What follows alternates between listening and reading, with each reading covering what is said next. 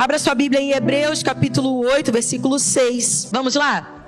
Agora, porém, Jesus, nosso sumo sacerdote, recebeu um ministério superior, pois ele é mediador de uma aliança superior, baseada em promessas superiores. Vamos ler mais uma vez?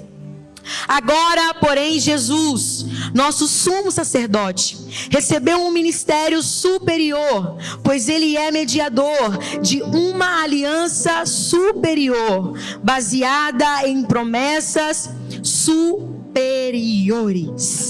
Glória a Deus. Aliança, que é o mesmo que pacto ou tratado. E quando você faz uma aliança, é o mesmo que quando você assina um contrato. Quando você assina um contrato, você assume responsabilidades, deveres que você precisa cumprir. E com o Senhor não é diferente. Cada aliança que o Senhor fez na Bíblia, e nós vamos ver 7 alianças feitas com homens comuns.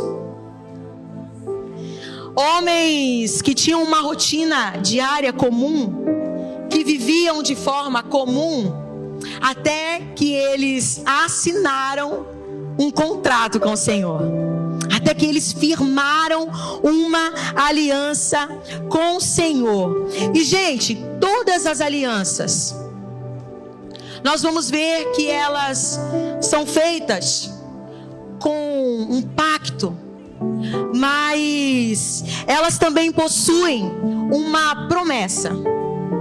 Uma promessa tanto da parte de Deus, quanto da parte do homem também. E sabe, estudando, eu pude perceber que a aliança, alinhada com a fé e o relacionamento com Deus, ela se torna adoração.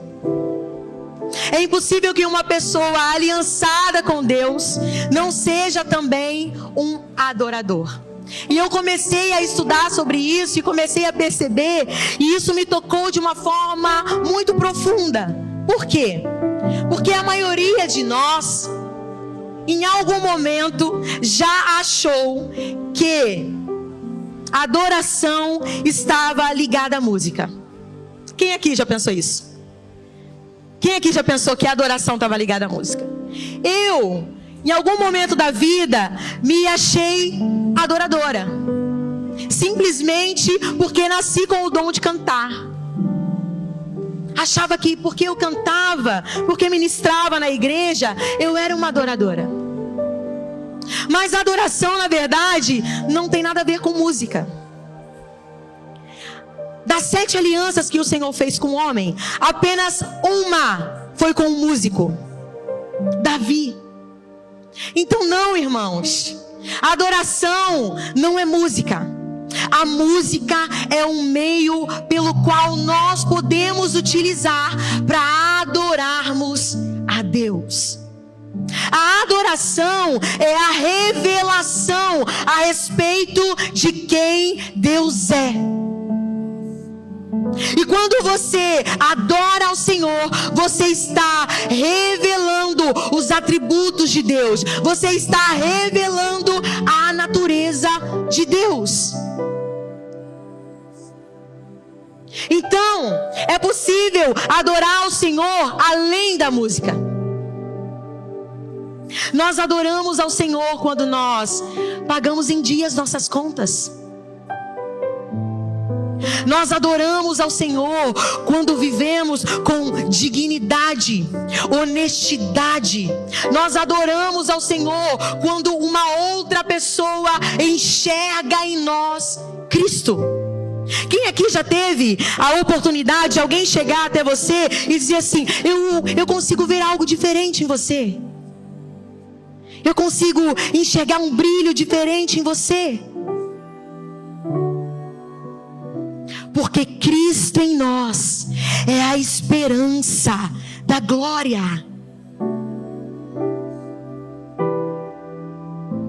E é impossível ser um adorador sem relacionamento. Por exemplo, você não se casa com alguém que você não tem relacionamento. Você não se casa com alguém que você não conhece. E quando você se casa, você está assinando um contrato com essa pessoa. Você está firmando uma aliança com essa pessoa.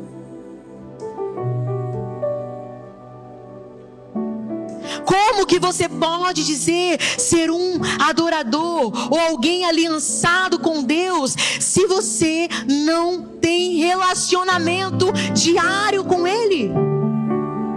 A adoração parte de uma vida profunda em Deus e com Deus.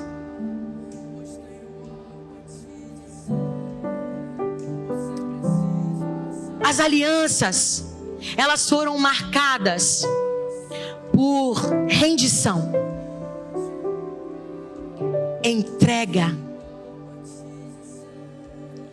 por largar até mesmo a sua própria vida para seguir aquilo que o Senhor havia preparado. E sabe uma coisa que eu acho incrível, gente?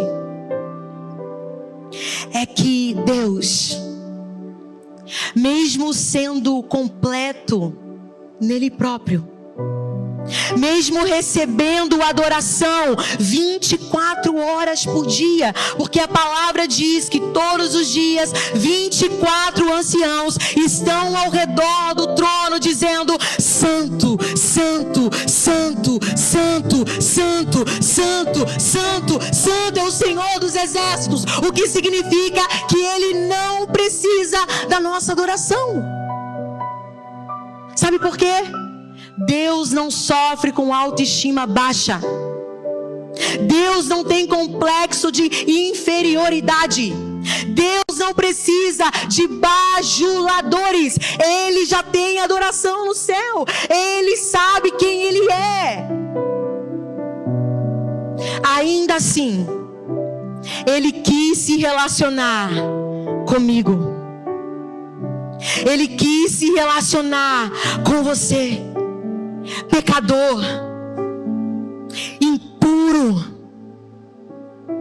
E sabe, você pode estar aí se perguntando: tá, mas o que tem a ver as 7 alianças que Deus fez com o homem e a adoração? Tem tudo a ver.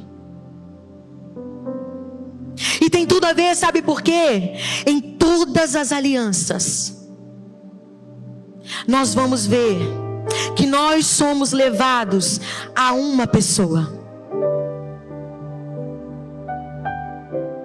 Cristo. Porque tudo começa em Cristo. E o apóstolo Paulo vai dizer que o desejo de Deus era que os primeiros a acreditarem em Cristo fossem também os primeiros que iriam glorificar e dar honra ao seu nome.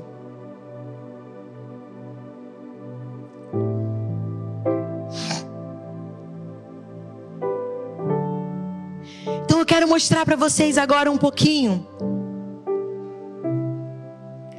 da adoração nessas 7 alianças.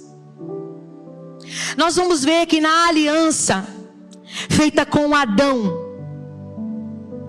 existe um pacto de obediência. E esse pacto de obediência foi quebrado com a entrada do pecado. O pecado entrou em toda a humanidade através de Adão. Porém, por meio de Cristo, toda toda a humanidade foi redimida, foi perdoada, foi restaurada. Vocês conseguem entender isso?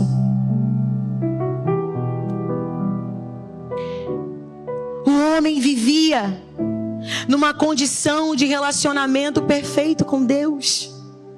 Todos os dias o Senhor encontrava com ele, tinha relacionamento com ele. E aí o diabo contou uma mentira para a mulher, para Eva, e ela ficou iludida. Ele disse assim: olha, se você comer do fruto que você não deve comer, você vai se tornar alguém parecido com Deus. Você vai ter os mesmos conhecimentos que Ele. Só que Eva se esqueceu que ela já havia sido criada à imagem e semelhança de Deus. Quantas vezes o diabo está contando mentiras para você?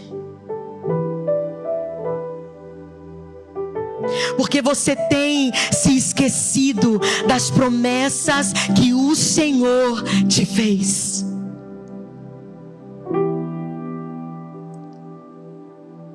Mas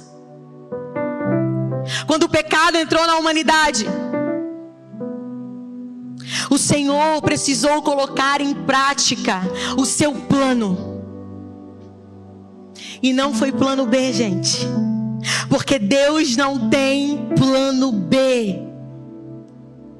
Será que você pode abrir um sorriso aí para essa pessoa do seu lado? Você está me olhando muito sério. Abre um sorriso para ele assim, diz assim, ó: Deus não tem plano B. Deus não tem segundo plano. O plano dele sempre é perfeito. O plano dele sempre é indiscutível. Ele sempre tem o melhor plano para você. Ele colocou em prática o seu plano. E o seu plano foi Jesus, aquele que veio ao mundo como homem. Ele se fez pecado, ele se fez obediente até a morte, e morte de cruz, para que você tivesse vida e vida em abundância. Aleluia. Na aliança feita com Noé, eu não vou te contar a história, porque você conhece bem. Deus mandou ele construir uma arca, ele entrou com a sua família. Choveu muito, dilúvio.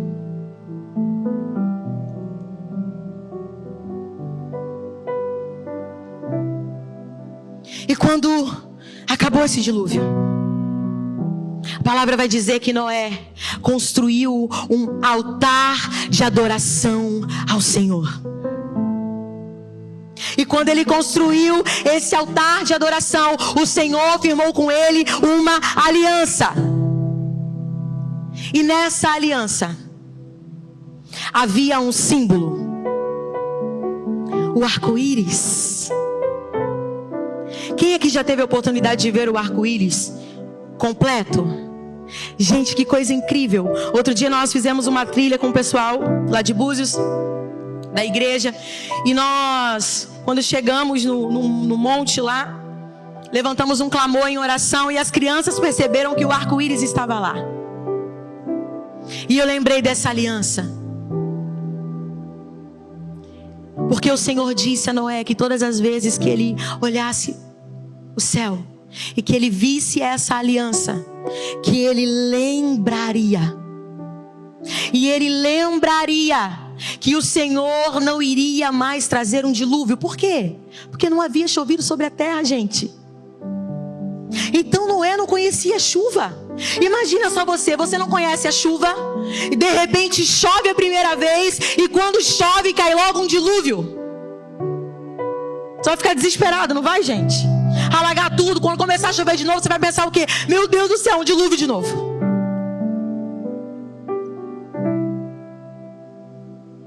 O Senhor estava dizendo assim: olha, todas as vezes que você vê esse arco no céu, você vai se lembrar que eu jamais volto atrás com a minha palavra. Você vai se lembrar que aquilo que eu falo, eu cumpro. Você vai se lembrar que não precisa ter medo de nada, porque eu estou com você.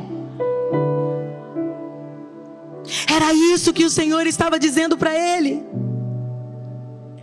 Então deixa eu te falar uma coisa. O arco-íris, ele não é um símbolo LGBTQI, não sei lá das quantas. Ele é o símbolo da presença de Deus. Sabe, o mundo pode tentar deturpar aquilo que o Senhor já colocou, mas nós temos plena convicção do Deus que nós servimos. Ele é e para todos sempre será.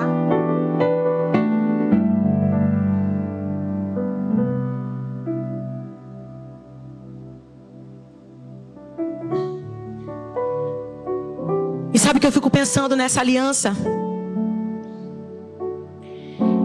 É que quando Deus escolheu Noé, Ele estava dando a Noé a oportunidade de recomeçar. Porque o desejo de Deus, na verdade, era acabar com toda a humanidade. A humanidade estava caída, estava em pecado, mas o Senhor deu a oportunidade de recomeçar. E sabe o que isso tem a ver com Cristo? Através do sacrifício de Jesus na cruz do Calvário, você recebe todos os dias a oportunidade de recomeçar. Ei, você levantou hoje? Você levantou hoje? Você está aqui hoje? A misericórdia dele se renovou sobre a sua vida mais uma vez. Aleluia. Você tem recebido diariamente a oportunidade de recomeçar. Na aliança feita com Abraão, nós vamos ver fortemente mais uma vez a fé e a obediência alinhadas. E aqui muito mais a fé. Não é à toa que Abraão se tornou o pai da fé? Não é assim que ele é conhecido? E gente, Abraão resolveu viver por fé desde o começo do relacionamento com Deus. Porque o Senhor fala assim para ele: olha, sai da tua terra, sai do meio da tua parentela, vai para uma terra que eu vou te mostrar ainda. Você teria coragem? Você teria coragem de botar as roupas lá numa malinha e sair sem destino, sem saber para onde você está indo? Sabe o que eu tenho aprendido? Eu tenho aprendido que se o Senhor me mandar ir, ainda que eu não saiba o caminho, eu preciso confiar. Porque Jesus disse uma vez: eu sou o caminho, a verdade e a vida. Então se Ele é o caminho e eu estou firmada nele, eu vou chegar ao destino certo.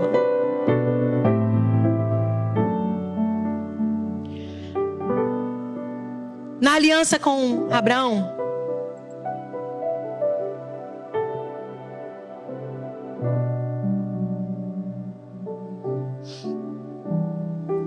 existe um sinal. E eu fiquei, a primeira vez que eu li, eu fiquei muito assim, impactada, porque eu achei estranho. O sinal é a circuncisão. Um sinal no órgão genital masculino. E aí eu fiquei pensando, por que Deus escolheu um sinal logo nesse lugar aí? Gente, fiquei pensando nisso. Por que, Senhor? Não podia ser um sinalzinho mais? Mas sabe o que é, gente? Esse sinal revela duas coisas. A primeira é a intimidade. Um sinal íntimo.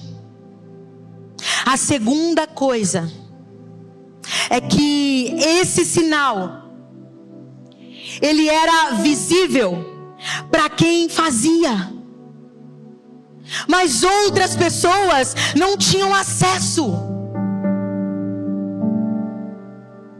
Sabe o que Deus estava querendo dizer para eles? Deus estava dizendo assim: olha, o que precisa revelar que vocês têm relacionamento comigo é o testemunho de vocês.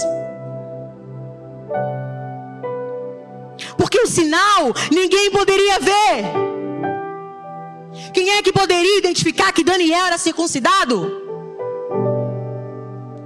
Mas o testemunho dele iria revelar a circuncisão. E hoje, na nova aliança, Paulo vai dizer que essa circuncisão não se faz mais necessária. Agora é necessário a circuncisão do coração. E essa circuncisão é invisível. Nem a pessoa que tem consegue ter acesso, e nem outros conseguem ter acesso. Ele estava dizendo mais uma vez: olha, o testemunho de vocês precisa revelar que vocês são aliançados com Deus.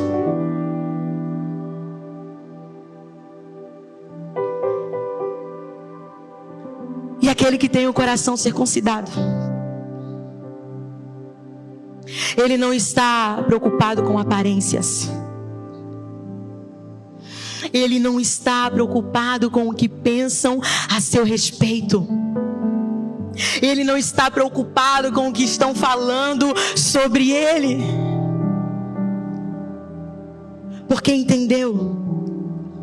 Eu é que sei os pensamentos que tenho a vosso respeito, pensamentos de paz e não de mal, para lhes dar o futuro que vocês anseiam.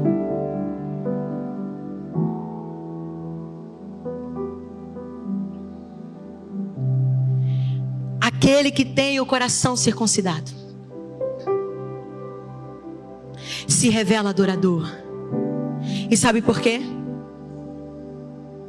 Ele olha para ele próprio e ele diz assim: já não vivo eu, Cristo vive em mim. E a vida que agora eu vivo para que Ele seja glorificado, porque dele, por Ele e para Ele são todas as coisas.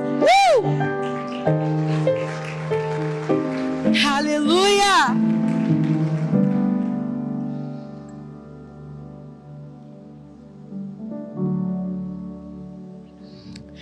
Na aliança feita com Moisés,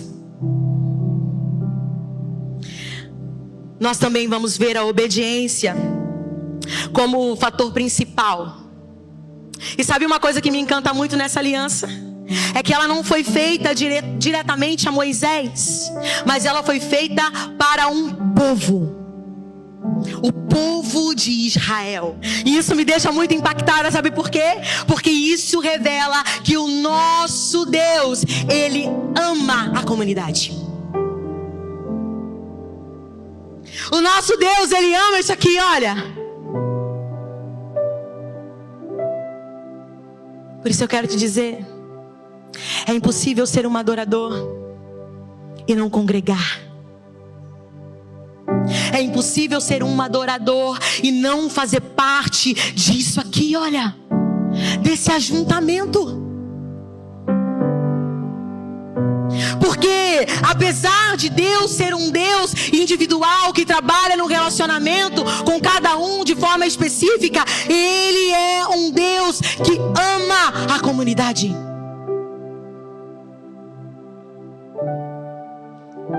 como diz a palavra, não deixem de congregar. Vocês já perceberam que a adoração coletiva, ela é contagiante? Repara só, às vezes no momento do louvor, tá aquele silêncio. Se um começar a cantar mais alto, se um começar a levantar a mão, glória a Deus, automaticamente o outro vai também.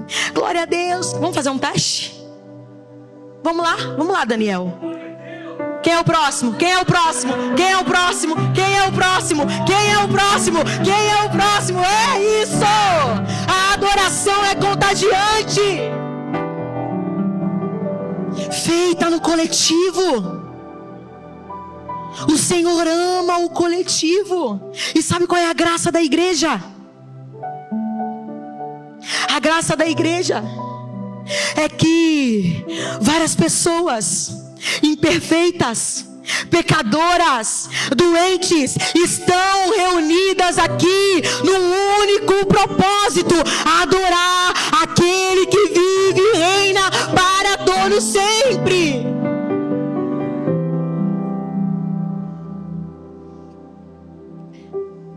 Já viu aquelas pessoas que chegam na igreja, participam do culto, vão embora e falam assim: o culto não foi bom hoje, não gostei do culto, não senti nenhum arrepio, Deus não falou comigo.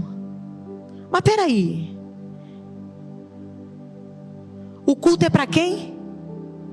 Para quem? Para quem? É para Ele. Então quando você vem para o culto com a expectativa de que o Senhor fale com você, de que você sinta um arrepio, de que você sinta alguma coisa, você já vem com expectativa errada, porque o culto deve ser totalmente para Ele. Toda honra, toda glória, todo louvor, toda adoração, toda exaltação, Ele é digno. Ele é digno.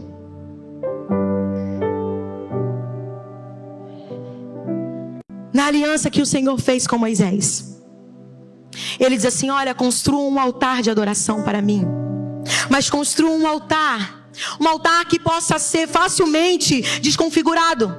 Ele precisa ser feito com coisas naturais, pedras não polidas, areia, coisas que, se chover vai desmoronar. E com isso o Senhor estava dizendo assim: olha, construa um altar para mim, onde eu quiser ser adorado, da forma que eu quiser ser adorado. E com isso Ele estava dizendo assim: o meu desejo é que vocês me adorem e não adorem o altar. Já viu que tem gente que ama isso aqui?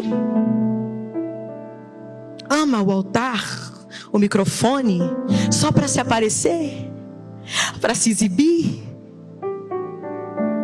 Mas deixa eu te falar uma coisa, e pode ser uma coisa até um pouco difícil. Sabe o que? Altar é lugar de sacrifício. Altar é lugar de matança. Altar é lugar de sangue derramado. É impossível você querer viver uma vida de adoração num altar se você não matar com você a sua carne, o seu eu, o seu ego, a sua prepotência. Ei, não tem como. É necessário matar a si próprio para viver uma vida de adoração.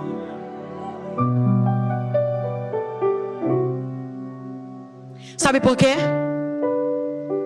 O Senhor não se impressiona com performance.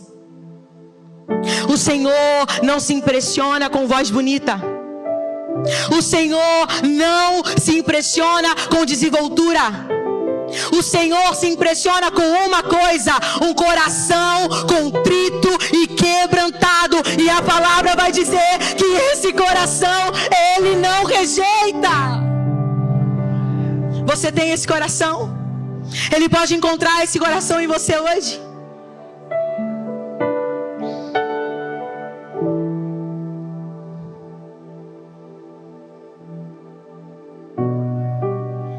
O povo construiu o altar.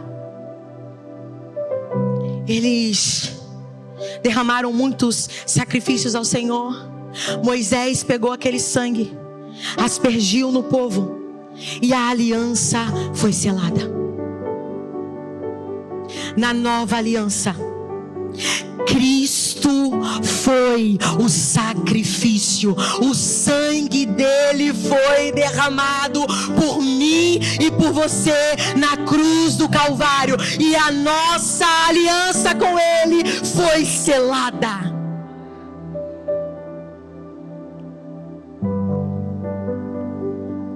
Cristo foi o próprio sacrifício.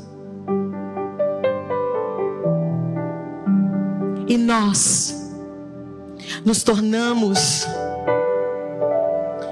adoradores também por meio desse sacrifício. Na aliança feita com Davi,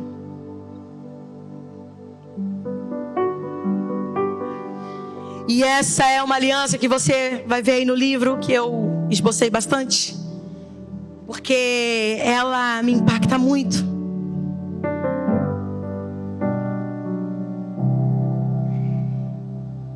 Davi foi um revolucionário. Ele foi tão revolucionário que a palavra vai dizer que ele era um homem segundo o coração de Deus. Já imaginou o Senhor chegar para você, Cris, ou chegar para alguém e falar assim: olha, a Cris é uma mulher segundo o meu coração? Imagina que coisa profunda. Imagina que coisa impactante. Ele era sensível à voz de Deus, tinha um coração arrependido, pecou muitas vezes, mas todas as vezes que pecou, derramou o seu coração em adoração, em arrependimento. E às vezes falta tanto em nós um coração arrependido. Nós desejamos ser pessoas segundo o coração de Deus, mas não queremos ter um coração arrependido. E sabe uma das primeiras coisas que Davi fez ao assumir o trono como rei? Ele mandou buscar a Arca da Aliança, que os filisteus prenderam durante a guerra. Ele mandou buscar essa arca, e ele construiu uma tenda, um tabernáculo. E diferente do tabernáculo que Moisés construiu, nós não falamos sobre isso, mas está lá no livro. Diferente desse tabernáculo, o tabernáculo de Davi era simples, não tinha muita coisa.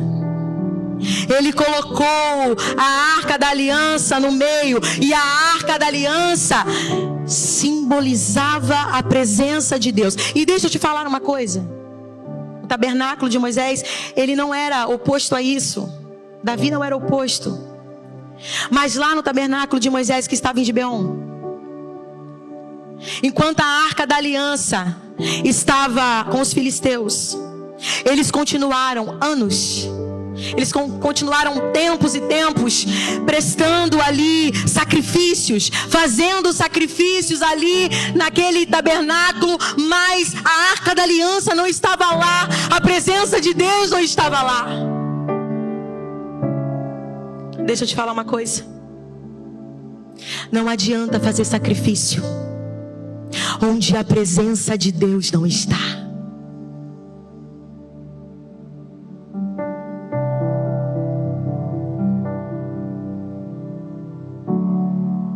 Se tem sacrifício, precisa ter presença. Ele pegou essa Arca da Aliança, colocou no meio do tabernáculo, instituiu adoração 24 horas. Mandou que se levantassem músicos, cantores, levitas, para que a adoração fosse contínua ali. Davi teve a revelação daquilo que acontecia no céu. Adoração contínua. E se tem um modelo de adoração que agrada o coração de Deus, é adoração contínua. 24 horas de adoração. É o que Ele recebe no céu todos os dias. E é por isso que eu preciso quebrar algo que talvez você tenha construído na sua cabeça.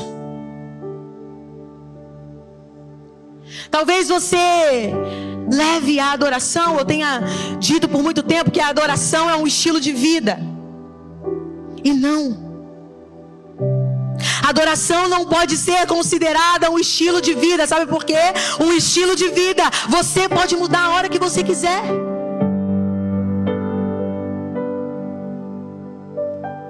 Se você desejar parar de comer carne, se você vai se tornar vegano, vegetariano, você está mudando o estilo de vida. Se você vivia uma vida fat, agora você quer viver uma vida fit, você está mudando o seu estilo de vida. Você se vestia de uma maneira, você de repente resolveu mudar o seu estilo. Agora tem várias consultorias de imagem que você pode colocar, né, um modelo diferente de roupa, de sapato e tudo mais. E aí você está mudando o seu estilo de vida. A adoração, ela não pode ser considerada um estilo de vida, porque ela não pode ser mudada. A adoração precisa estar entranhada em você. A adoração precisa ser um marco em você. 24 horas por dia, 7 dias na semana, 31 dias no mês, 365 dias no ano, vivendo uma vida adorando a Ele.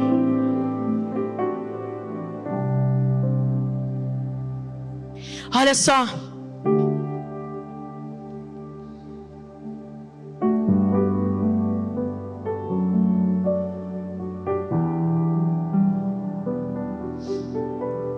Lá em Romanos, no capítulo 12, o apóstolo Paulo vai dizer que nós devemos oferecer a Deus um sacrifício puro, santo e agradável a Deus. E essa é a melhor maneira de adorá-lo. É por isso que não tem como a adoração ser apenas o estilo de vida para você. Ela precisa ser a sua própria vida.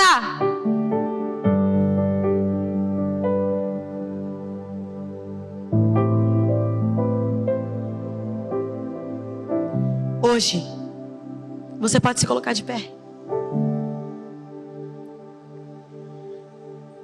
Hoje, nós não temos mais o tabernáculo de Moisés. Nós não temos mais o tabernáculo de Davi. Mas deixa eu te lembrar uma coisa. Você. Olha para essa pessoa bonita, diz para ela assim: você. Não, fala mais uma vez, diz: você. Você é o templo do Espírito Santo de Deus. Nós não temos mais o tabernáculo de Moisés, não temos mais o de Davi, mas agora é você que carrega a presença de Deus. A presença de Deus habita em você. É por isso que a sua vida deve ser uma vida de contínua adoração. É por isso. E olha só o que diz lá em Hebreus 9: o sacrifício de Cristo purifica a nossa consciência das obras mortas, para adorarmos ao Deus vivo, pois Cristo se entregou como sacrifício vivo. Ei, Ele foi o próprio sacrifício, e você agora deve viver uma vida contínua de adoração. Eu quero te convidar nesse momento a levantar as suas mãos o mais alto que você puder. Fechar os teus olhos aí agora. Fechar os teus olhos. E será que você pode começar a levantar um altar de adoração com a sua própria vida nesse momento?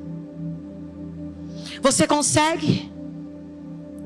Pode ser a sua voz agora. Ele pode ouvir algo que vem de dentro de você. Você pode entregar um pouco de adoração a Ele com as suas palavras agora, com a sua vida.